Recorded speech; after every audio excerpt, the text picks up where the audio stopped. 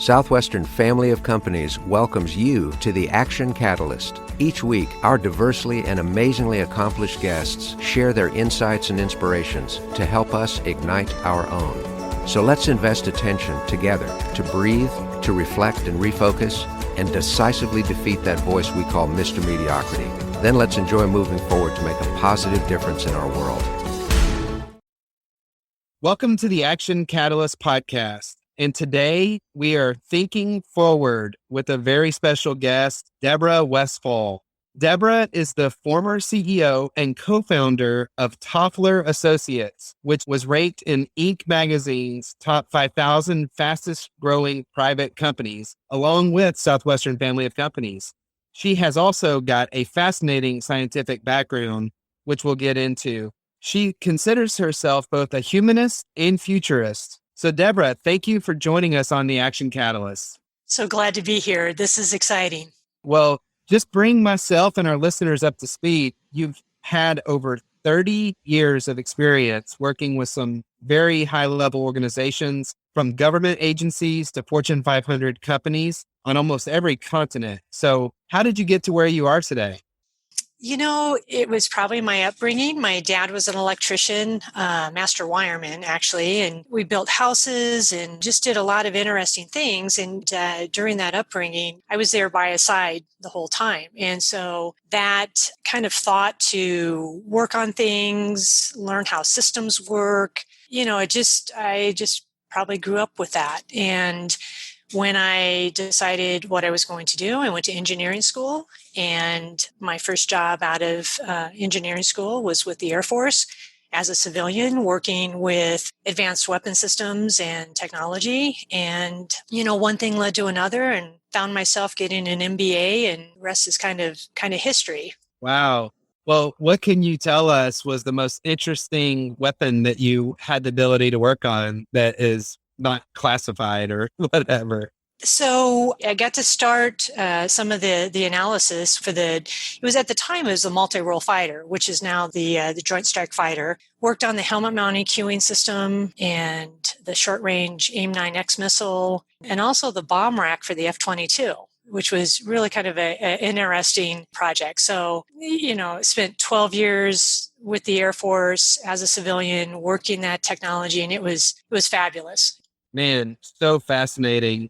Part of your resume, as you mentioned, was being in the Air Force and having the opportunity to work with NASA. And so when you're looking at space and aviation technology right now, and you think of the future, what is your thought on the privatization of the space race and what all is going on with the future of space travel? Yeah, space it's amazing, and it's very close to my heart. I started probably working in the area of space probably in the mid-90s. And that was really at the time of a lot of commercialization of space. And that was in the information and communication technology. Maybe people remember where there was talk that we were going to paint the skies black with satellites. And everybody seemed to have a commercial satellite architecture that was going up. There was several problems with that. And mainly one of them was the launch cost. And so what launch companies are doing now, Elon Musk and SpaceX and some of these other kind of very innovative space launch companies, they're bringing down that price of space. And, the evolution of space is kind of taken a familiar journey, just as we look at naval trade back in history. And so space started with the communications, and now because we're able to get up to space in a much more affordable way. It's still very expensive. It's going to open up a whole bunch of new opportunities, and it will be commercialized. And that brings some real challenges with security and protection and all of the other things that go along with that. But yeah, I think it's amazing. And for me, it's not just about space, but it's also about what space can do for us here on Earth too. So you mentioned Elon Musk and SpaceX, and what are your thoughts about going to Mars and how the plans are for accomplishing that in our lifetime? There's a lot of challenges with going to Mars and, especially taking people to Mars. It's a long ways. One of the biggest challenges is people create waste. We eat things, and so we have packages that, from the food. And so the big challenge is how do we take enough stuff with us, but also, have stuff to, when we get to Mars, to be able to create a sustainable life. And what do we do with all the garbage we produce? We produce it when we breathe, produce it when we eat. And so I think it's really interesting, but those are problems that, our scientists and researchers and just innovators and entrepreneurs, they figure out. And the byproduct of whatever those solutions will be very interesting to see how they can be used for other things, much like so much of our technology, previously has done. Yeah, someone was explaining to me how it is possible. And I know this past year we had planetary alignment, and actually the distance between Earth and Mars is much shorter during certain cycles of certain years. So if you wait till the right year to actually launch a ship to Mars, the distance is much shorter. And then the other component that SpaceX and Elon Musk has been talking about is building a launching pad in space. So then you take a spaceship into space and then you launch it from space during a time when Mars is close to you. And that's how you do it. Does that sound accurate to you?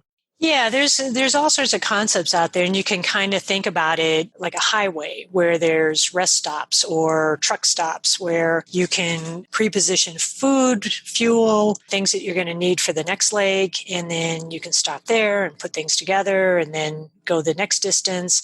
And it's, kind of almost a supply chain, if you would, in space. And so, when you think about that, it's really pretty remarkable to think about that infrastructure. I hope we're thinking about the long term of that infrastructure, though, because we've already got a garbage problem up in space. It's pretty polluted already. So we need to do this pretty smart. How polluted is it up there?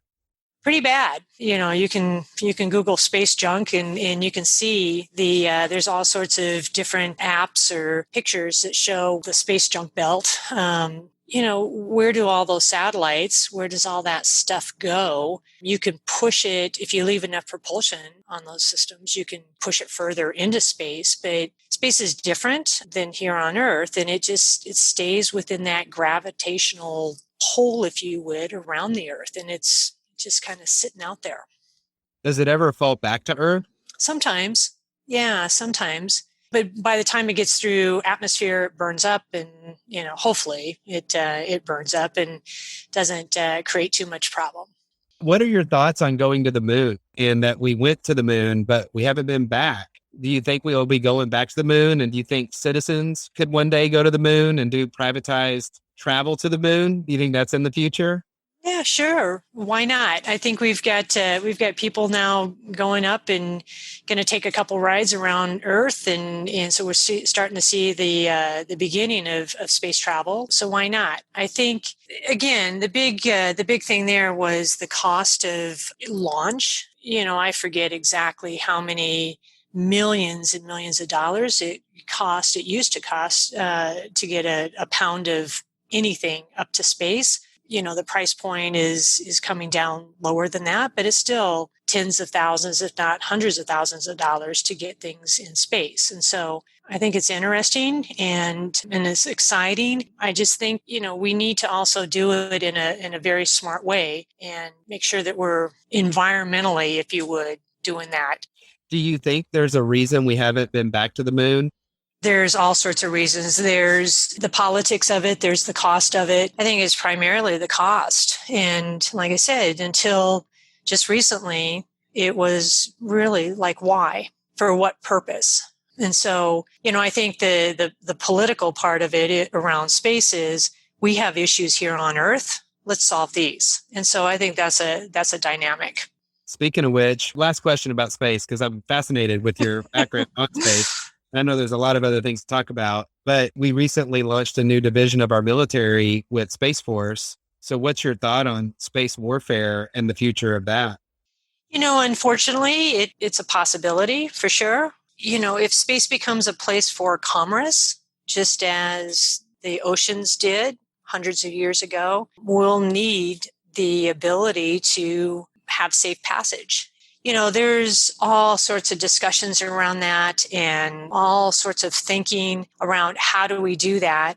And how do we do that with global citizenship? Because the United States doesn't own space. It is the ultimate high ground. So I think, I would hate to see that need, but it's also being prepared. Yeah.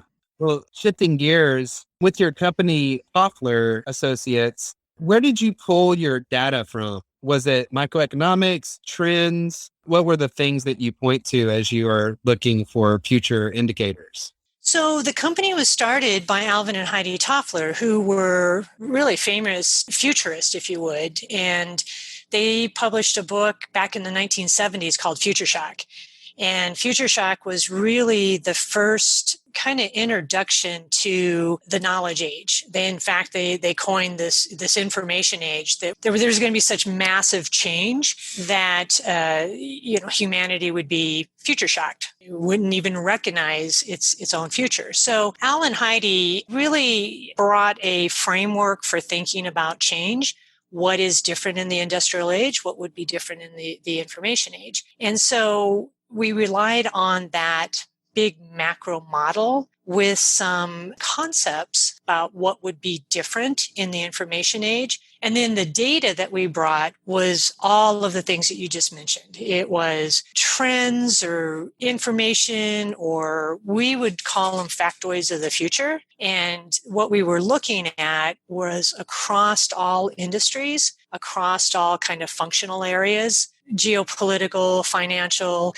But really, the big thing was looking at how humanity was changing in the information age. Love it. Well, you are a powerful businesswoman. And in today's day and age, what are your thoughts about being an entrepreneur? And also, what advice would you have for other women who want to aspire to become a CEO and work their way into a position to help people?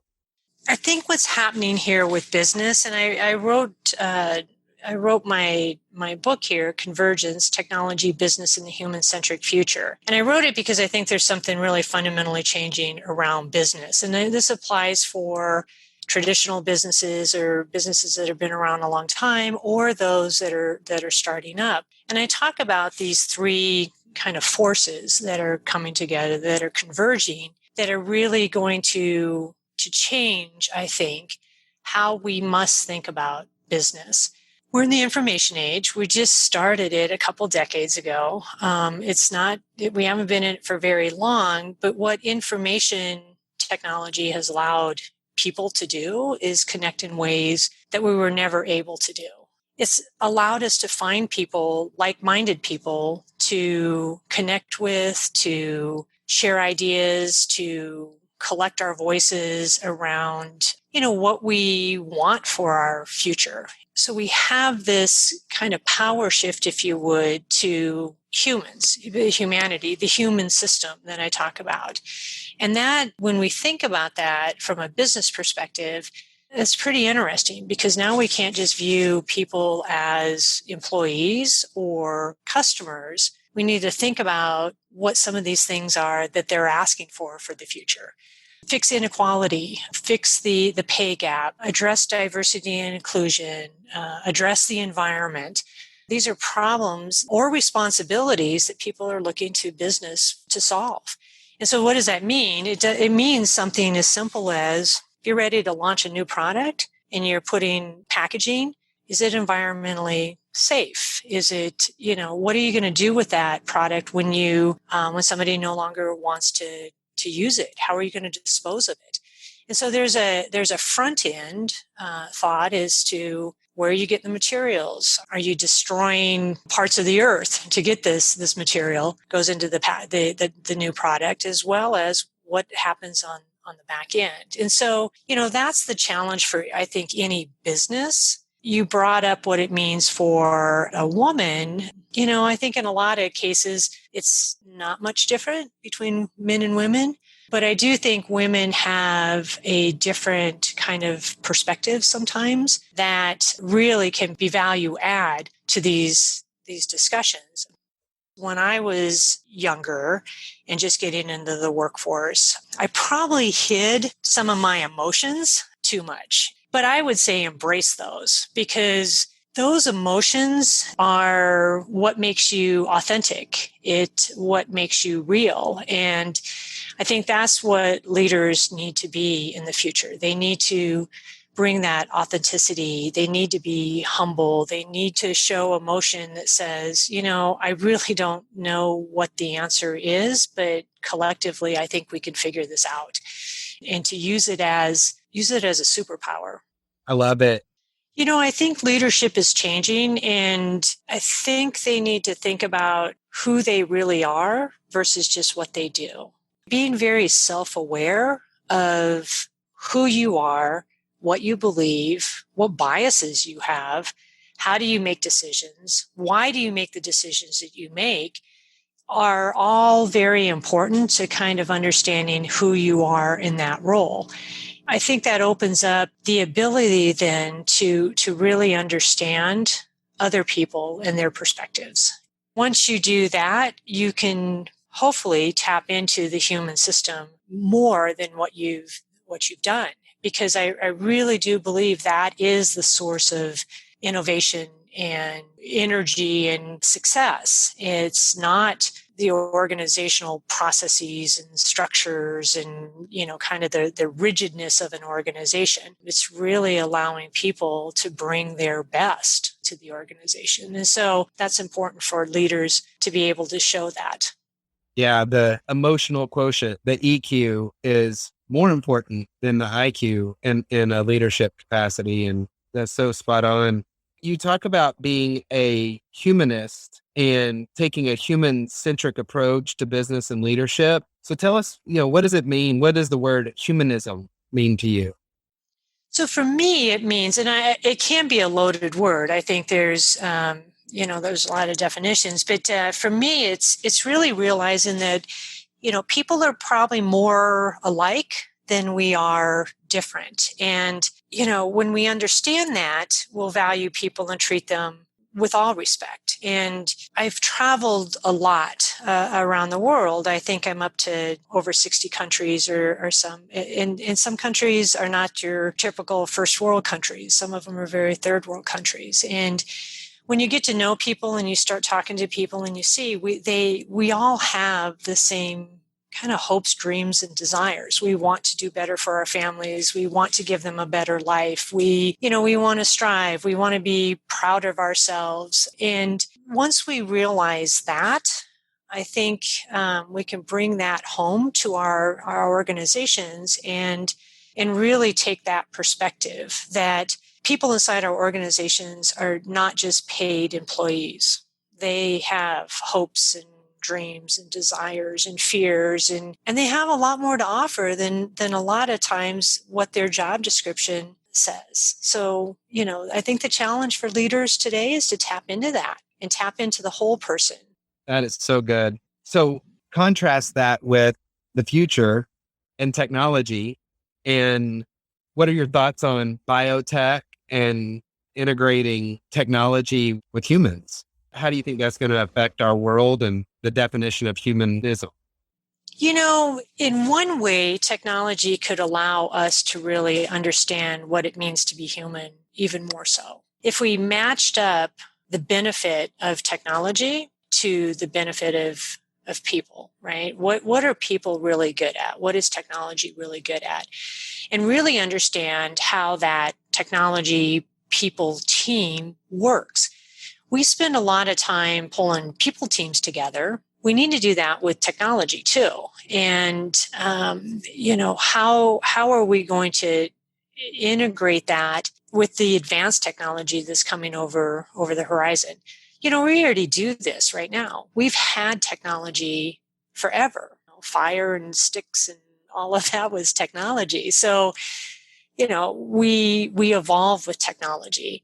I think the thing that kind of concerns me right now is that we're looking at technology as a solution to most of our problems. And we think about that from a business, it's trying to make us more efficient, trying to make us smarter, trying to make us faster. And I think maybe we're not stepping back and saying, well, what part does people need to play in this? And that's where I talk about this balance between technology and people.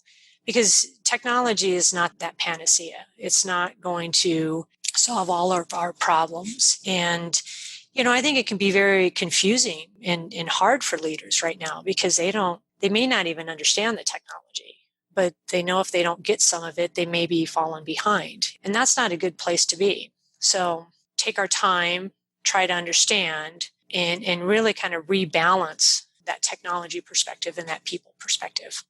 And this seems to be the theme of your newest book, Convergence. So tell us a little bit more. You already mentioned the book, but what is Convergence? It kind of sounds like an ominous name. So yeah, actually, I think it's very hopeful because we do have this power shift to people. We have this sometimes just incredible technology that could really be good for people and our businesses and such. I think the other interesting thing that's happening is there's a lot of talk about what is the sole purpose of a business. We see that with organizations such as Conscious Capitalism or B Corp or, the members of the Business Roundtable talking about it's no longer good enough to just serve shareholders, that we need to take a broader perspective of the people inside our organizations, our community, our environment, really start to solve some of those problems. And so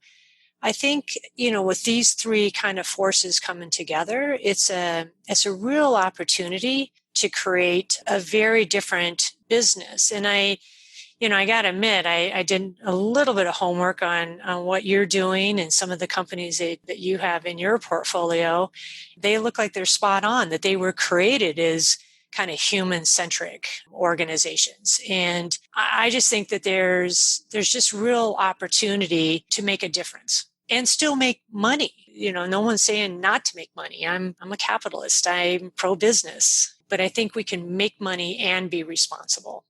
Yeah, one of my mentors once told me, have a company that has a great mission, but always remember, without margin, there is no mission. Right. And you have to have a future market to operate in it too. And so, and you have to have, people to work, that want to come to your company. And so I think that it all kind of balances out when we take that perspective. Well, we just went through COVID-19 where the world seemed to be more divided than ever. You have a term where you talk about what we thought to be true isn't. You've coined a term, upstillage. Obsolete, yes. Upstillage. When you're thinking of the world we're in right now, between COVID and then the politics, racial division, all these polarization. I think there's a lot of polarization out there. What are your thoughts on that and how obsolete is happening and what do we do about it? So obsolete it's obsolete knowledge, right? And obsolete knowledge can be our belief systems or what we believe. It could be how we view what the sole purpose of business is. That can be an obsolete, idea if you think that it's only to maximize shareholder profit. It's not. I think it's interesting for me. I guess I hold out more hope. Yes, it feels like we're polarized. Yes, it feels like there's all these different kind of, perspectives. And I think it's healthy. Because, we have people that have not had a voice before speaking out. And I think that's what it means to be in the information age. And maybe they have to go a little bit full tilt on getting their message across, but they haven't had that opportunity in the past. I think, over time, if we listen and we try to understand the perspective, try to stand in their shoes, I think we will, like we always do, come to some kind of understanding. And so I think this is a very normal evolution in our history. It just comes at us so fast and so furious. And it comes at us every moment on social media or through any kind of news stations, that I think that's where it feels different. It's because it's 24/7, 365. I think it's positive discourse. I think it's evolution. I do think it's growth. Well, on that note, as a futurist, what would you say the next 10 years are going to look like? From a business perspective, I think we will continue to have this pressure for businesses to be more focused on outcome of responsibility. I think there's going to be more pressure on being more environmentally safe, embracing human needs, trying to balance out some of the inequality. So I think, those are going to be challenges for business.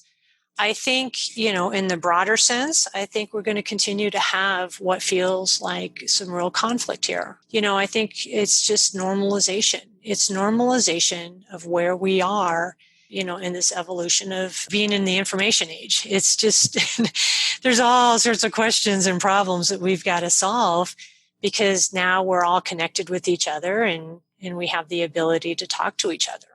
Wow. Love it. Well, thank you so much, Deborah, for being on the Action Catalyst. It was insightful. I feel more innovative than I was before talking with you. I'm excited to go to the moon one day. So maybe me and you can get on a ship and go to outer space. Oh, I tell you, that would be awesome. Wouldn't that be a hoot? Yeah, absolutely. Well, thank you for having me on your show. It's been a real pleasure and a lot of fun. So thank you. Thank you so much, Deborah. If you enjoyed this podcast, please make sure to subscribe. To stay updated on everything that the Action Catalyst is up to, make sure to follow us on Facebook and Instagram at Action Catalyst Podcast and Twitter at Catalyst_Action. Thanks for listening.